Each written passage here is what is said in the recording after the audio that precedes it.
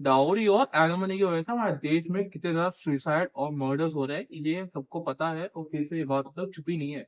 इसलिए इस वीडियो में आज हम बात करेंगे डाउरी कितना ज़्यादा सही और गलत है और एलिमनी कितनी ज़्यादा गलत है और सही है।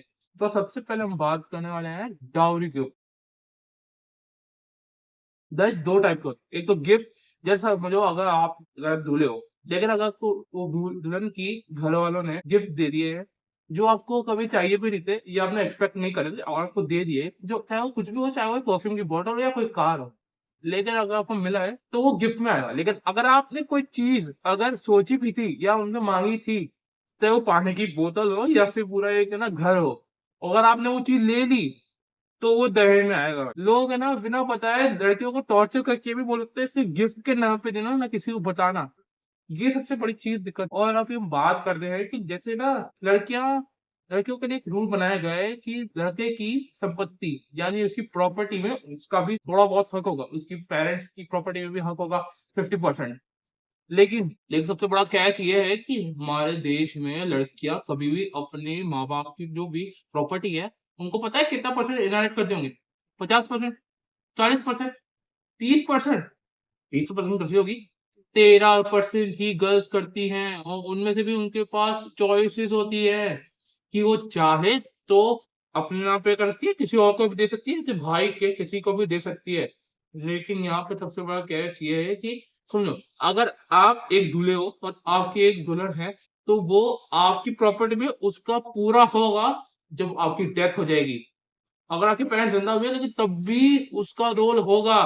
और लेकिन अगर आप ज़िंदा भी हो तब भी आप उसे अपने घर से नहीं निकाल सकते भाई। लेकिन अगर किसी लड़की को उसकी प्रॉपर्टी है उसके पास, तो वो उसकी प्राइवेट प्रॉपर्टी है। और फिर वो तुम्हें चाहे अपने घर में रखे या ना रखे, क्या भाई यार। और वो चाहती है अगर वो चाहती है उसे बेचे, कुछ भी करे लेकिन वो अगर लेकिन तुम्हारी प्रॉपर्टी में उसका पूरा हक है, लेकिन तुम्हारा उसकी प्रॉपर्टी में कोई हक नहीं है। वो जो चाहे उसका करे लेकिन तुम्हें कोई हक नहीं है उसकी प्रॉपर्टी को कुछ छूने का भी, ना उससे कुछ पैसा माँगने का, ना कोई चीज़ का। चलो दहेज की बहुत बात हो गई, लेकिन दहेज में ये लोग बहुत पूछते हैं भाई अगर दहेज इतना ही सही है, तो दहेज को इलीगल क्यों कर रहा है? मैं तुम्हें पहले बताता हूँ। दहेज भाई ये ना दहेज को इलीगल इसलिए करा गया है क्योंकि ये ना ज़्यादातर लोग पोस्ट मैरिज दहेज लेते हैं। पोस्ट मैरिज दहेज होता है यानी तुम अब तुमने बहुत सारी चीज़ें देखी होंगी जहाँ पे दूल्हे अपनी दुल्हन को बहुत ज़्यादा टॉर्चर करते हैं शादी के बाद कि दहेज तो लाना पड़ेगा। हर 2 महीने 3 महीने में दहेज तो लाना पड़ेगा वरना अपने घर निकल जा। इसलिए वही हमारे देश में दहेज को इलीगल कर दिया गया। तो मैं जब जब तक हम इससे पहले जो बात कर रहे थे वो था शादी के पहले गिफ्ट और या दहेज। दहेज जैसे हर जगह गलत होता है लेकिन गिफ्ट के तौर पे दहेज as my opinion is right. लेकिन पोस्ट मैरिज दहेज की वजह से दहेज को इलीगल करा है। और अब हम बात करते हैं एलिमनी के बारे में। ज़्यादातर लड़कियाँ इसी फिराक में रहती है कि किसी दिन बस एक दिन ना डाइवोर्स मेरा पति बोल दे फिर मैं एलिमनी पर अपना कर दूँगा ये। एलिमनी आएगी, घर बैठ के खाऊँगी। तुमको पता है हमारे देश में ना कितनी लड़कियाँ डाइवोर्स फाइल करती हैं? 50%, 30%, 40%, 20%, 20% होगा भई। 15% से भी कम लड़कियाँ डाइवोर्स फाइल करती है। सबसे ज़्यादा लड़के डाइवोर्स फाइल करते हैं मेरे भाई। तुमको पता है क्यों? अच्छा तुम काम करो, गूगल पे जाओ अपने या फिर क्रोम ब्राउज़र पे कहीं भी जाओ और सर्च करो लॉयर नियर मी। तुमको जितने भी लॉयर मिलेंगे तुम उनको फ़ोन करके बोलना भाई मुझे डाइवोर्स फाइल करना है। तो क्या भाई मैं क्या-क्या प्रोसीजर होंगे, मैं आपको कैसे डाइवोर्स दे सकता हूँ? मेन के केस में बोलेगा कि भाई यार देख सुना फिज़िकल हैरेसमेंट का तू उसपे केस कर सकता है। जिसके तौर पे तू डाइवोर्स ले या फिर तू ना मेंटल हैरेसमेंट का कर ले।